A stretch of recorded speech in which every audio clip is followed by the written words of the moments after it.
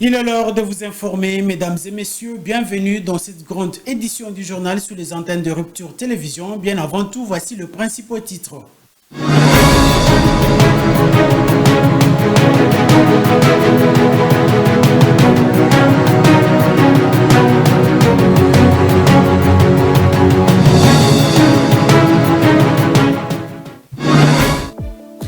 À la une de l'actualité, en sa qualité de magistrat suprême, le chef de l'État, Félix Tshisekedi, a pris part ce lundi 7 octobre 2024 à la cérémonie d'ouverture de la première session extraordinaire du Conseil supérieur de la Cour des comptes qui s'est déroulée dans la capitale congolaise. Le ministre d'État en charge de la justice et garde de Sceaux, Maître Constant Moutamba, est arrivé depuis ce dimanche 6 octobre 2024 dans la ville de Lubumbashi. Nous sommes dans la province du Haut-Katanga pour des consultations populaires, mais également pour continuer le processus de désengorgement de prison. À l'Assemblée nationale, le député national Patrick Eshimba a déposé des propositions de loi sur la modification du code de travail et sur le régime général de la sécurité sociale. Le développement, c'est tout de suite dans cette grande édition du journal. Merci de nous faire confiance et bienvenue encore une fois dans cette grande édition du journal. En sa qualité de magistrat suprême, le chef de l'État, Félix Tshisekedi, a pris part ce lundi 7 octobre 2024 à la cérémonie d'ouverture de la première session extraordinaire du Conseil supérieur de la Cour de comptes. Ces assises qui sont déroulées dans la capitale congolaise. Notons par ailleurs que cet organe qui gère la carrière de magistrat de cette institution. Commentaire dans cet élément. En sa qualité de magistrat suprême, le président de la République, Félix-Antoine Tshisekedi, a inauguré ce lundi 7 octobre la première session extraordinaire du Conseil supérieur de la Cour des comptes. Cette cérémonie marque un moment clé pour l'organe chargé de la gestion de la carrière de magistrat de cette institution. Les travaux de cette session porteront notamment sur les stratégies à mettre en œuvre pour améliorer les conditions de travail du magistrat et garantir l'indépendance de la justice. Par ailleurs, cette initiative s'inscrit dans le cadre des efforts continus du gouvernement pour réformer le secteur judiciaire et promouvoir une justice équitable pour tous les Congolais. En outre, les participants à la session ont exprimé leur détermination à collaborer étroitement pour atteindre ces objectifs essentiels. Ici est de noter que cette première session extraordinaire est donc un pas significatif vers l'amélioration de l'administration de la justice en République démocratique du Congo. Dans l'actualité également, conférence sur le développement durable République démocratique du Congo et Allemagne, présidée ce lundi 7 octobre 2024 par le chancelier allemand, a connu la participation de la première ministre Judith Suminwa en présence de plusieurs délégations venues de partout dans le monde. Propos recueillis dans cet élément. Je suis venue parce que le président de la République, son Excellence M. Félix-Antoine Tshisekedi Tshilombo, m'a demandé de le représenter dans cette conférence qui concerne le développement durable de Hambourg. En fait, c'est une première conférence qu'organise l'Allemagne, ici à Hambourg, qui est une ville économique. Et il s'agit pour les Allemands de pouvoir voir comment ils peuvent renforcer leurs relations économiques avec l'Afrique, particulièrement dans le domaine de l'énergie verte. Comme vous le savez, en Afrique, nous avons la majorité des forêts, et particulièrement en RDC avec près de 60%. Comme vous le savez, en Afrique, nous avons un certain nombre de minerais stratégiques, comme par exemple le cobalt en RDC, où on est le producteur de pratiquement un peu plus de 60% de ce minerai. Or, ces minerais aujourd'hui, ce sont des minerais qui sont utilisés, que ce soit le cobalt, que ce soit du lithium, pour produire des batteries. Donc ce sont tous des éléments qui ont une importance capitale aujourd'hui pour l'Union européenne et particulièrement l'Allemagne. Et donc, c'est une possibilité de discuter, de voir comment on peut ensemble construire des partenariats d'un point de vue économique, d'un point de vue commercial. Raison pour laquelle il y a un certain nombre de pays d'Afrique qui sont représentés, tant au niveau des chefs d'État que des chefs de gouvernement. Nous avons par exemple le Togo, le Cameroun, la Côte d'Ivoire, et il y a d'autres pays aussi de par le monde. Et à l'Assemblée nationale, le député national Patrick Eshimba a déposé de propositions de loi sur la modification du Code du travail, mais également sur le régime général de la sécurité sociale. L'élu de la Tchangou s'engage à participer ou à porter haut les véritables préoccupations qui dérangent ses électeurs afin de trouver des solutions idoines. Suivez. Conformément aux dispositions de la Constitution en son article 100 et à l'article 151 de notre règlement intérieur, je viens de déposer des propositions de loi qui vont contribuer dans l'amélioration des conditions sociales des Congolais en général et particulièrement des engagés au jour le jour. Nous avons remarqué que le statut juridique des engagés au jour le jour reste précaire, pour ne pas dire inexistant. À l'issue de nos vacances parlementaires, j'ai été à la rencontre de mes électeurs de Tchangou qui sont en majorité dans des milieux ruraux et qui travaillent sous le statut d'engagés au jour le jour. Ils m'ont exposé leurs problèmes. À cela, j'ai couplé des descentes auprès des entreprises comme Beltesco, Femco, Palmco et autres. J'ai compris exactement qu'il y a un sérieux problème et que notre insouciance face à cette catégorie de travailleurs nous condamne. Nous proposons qu'à l'issue de leur engagement, que l'employeur envoie un bulletin d'information à l'inspection du travail et à la fin de service, il doit leur livrer un certificat de fin de service, ce qui permettra à l'inspection du travail de bien faire son travail. On a remarqué dans ces entreprises des gens qui sont sous statut d'engagés au jour le jour pendant 5 ans, 10 ans, 15 ans, 20 ans. Il y a même ceux qui sont prêts à aller à la retraite, mais qui sont encore retenus sous statut d'engagés au jour le jour, au moment où la loi limite cela à 22 jours de travail en dehors de 2 mois. De passer ces jours, l'engagé doit basculer sous CDI ou CDD. Nous allons nous approcher de Madame la Première ministre pour faire notre plaidoyer afin qu'elle puisse revenir sur le décret de 2018 fixant les SMIG et les allocations familiales.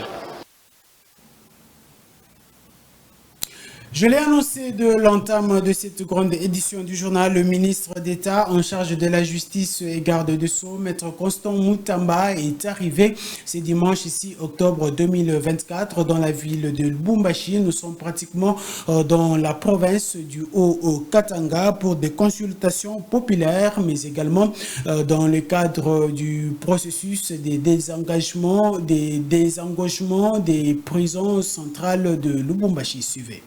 Arrivé dans l'après-midi de dimanche à l'aéroport international de Luano, le patron de la justice congolaise a été accueilli par une délégation des autorités politico-administratives.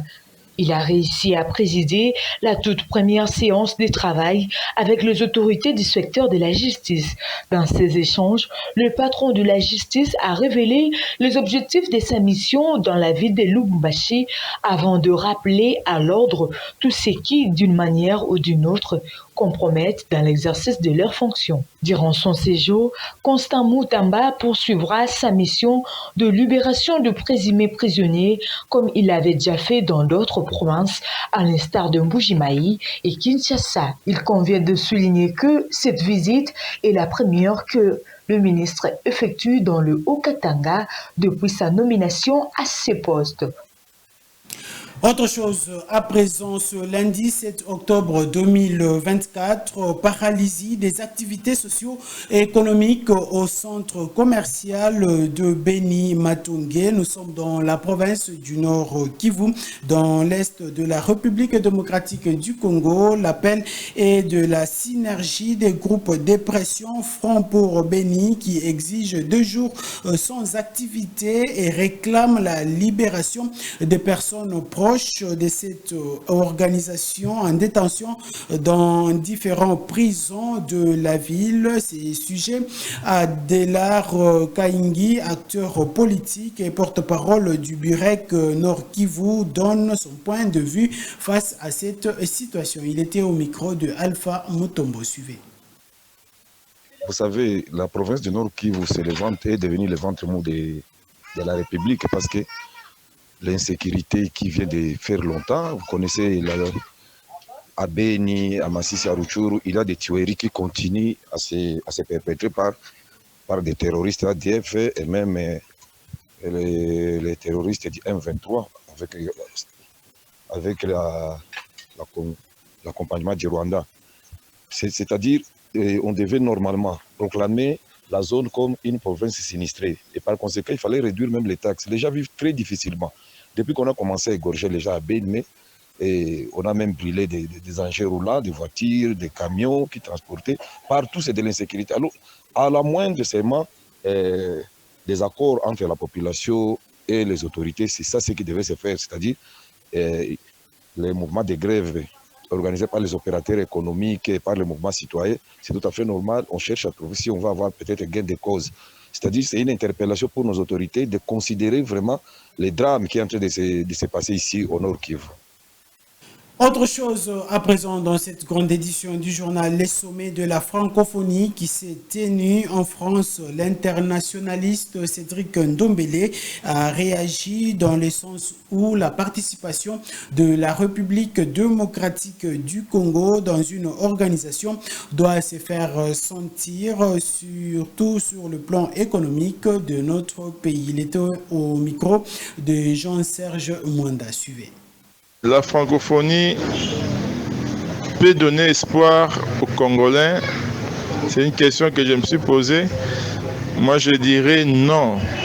L'espoir du Congo, c'est entre nos propres mains. Vous savez, il y a un thème qui a été placé cette année, innover, entreprendre en français, tout ça. C'est quand même un bon thème. Je dois faire un petit parallélisme entre les États francophones et les États membres du Commonwealth. Les États membres du Commonwealth évoluent rapidement économiquement, mais nous avons vu que dans la francophonie, il y a plus l'aspect culturel et linguistique qui sont primés. C'est ce qui fragilise un peu l'efficacité des États membres de la francophonie de s'épanouir. Moi, je souhaiterais que la République démocratique du Congo adhère aussi au Commonwealth, devienne membre du Commonwealth, afin que nous puissions aussi profiter des arrangements des États anglais appelés Commonwealth, l'ensemble des États qui parlent en anglais. Bien sûr qu'en République démocratique du Congo, la langue officielle, c'est le français, mais il y a aussi l'anglais qui commence à prendre quand même de l'ampleur dans le business, au travail, dans différents services. Nous souhaitons que la RDC adhère au Commonwealth parce que la francophonie a montré ses limites. La francophonie, vous savez bien que nous sommes le premier État francophone en termes démographiques. De la grandeur, nous sommes plus que la France. La France vient en deuxième position. Nous avons organisé les Jeux de la francophonie. C'est pas mal, c'est de la culture. Mais nous voulons qu'il y ait quand même des avancées sur les plans économiques en République démocratique du Congo. Dans l'actualité également, les tronçons routiers Triangle Uniquine va revêtir de sa plus belle robe dans les tout prochains jours, supervisé par le gouvernement central, mais également l'Office de voirie et drainage, les travaux d'asphaltage, mais également de réhabilitation de ces tronçons avancent à grands pas. Reportage dans cet élément. Dégradée depuis plusieurs mois entre Triangle et la concession de l'Université de Kinshasa, la route Kimweza sera bientôt revêtue dans sa plus belle plume. L'Office de voirie et drainage, OVD, a commencé avec les travaux de réhabilitation depuis mercredi. D'après la population de ce coin de la capitale, vu l'urgence, il était impératif que les autorités compétentes agissent car cette route constitue une artère vitale pour des millions de personnes vivantes dans ce coin de la ville. La population se demande si ces travaux en cours iront jusqu'à l'achèvement.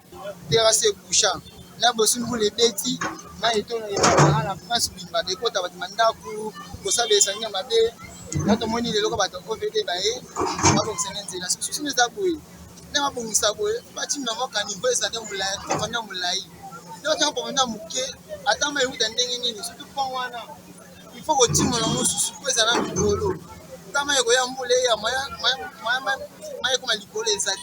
c'est plus pour les années, la France pour sa présidente là.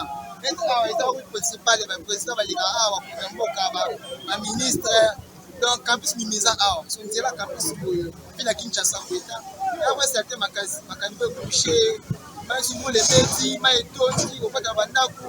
pour remplacer le courant les ambientés.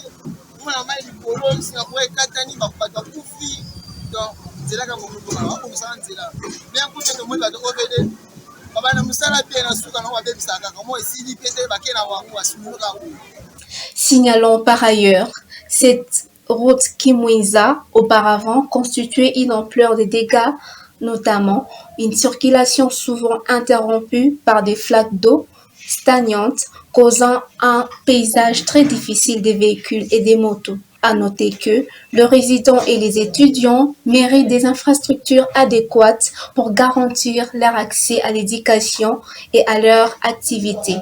Il serait important que ces travaux de réhabilitation se poursuivent pour que la population ait un passage paisible.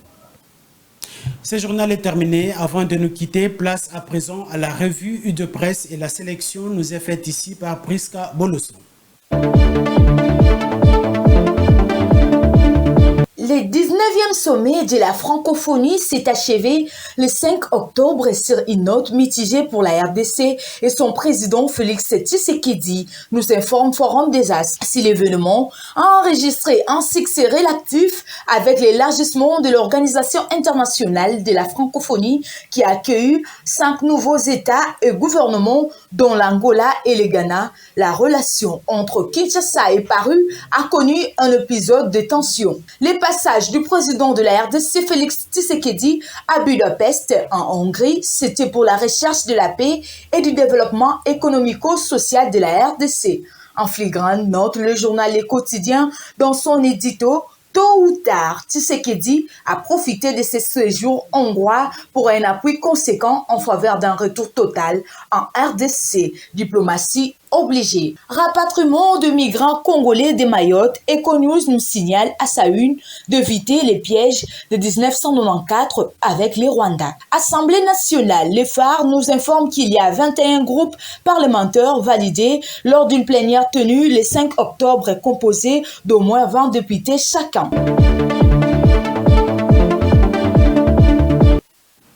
Fin complète de cette grande édition du journal. Merci de l'avoir suivi et bonne suite de programmes sur nos antennes. Au revoir.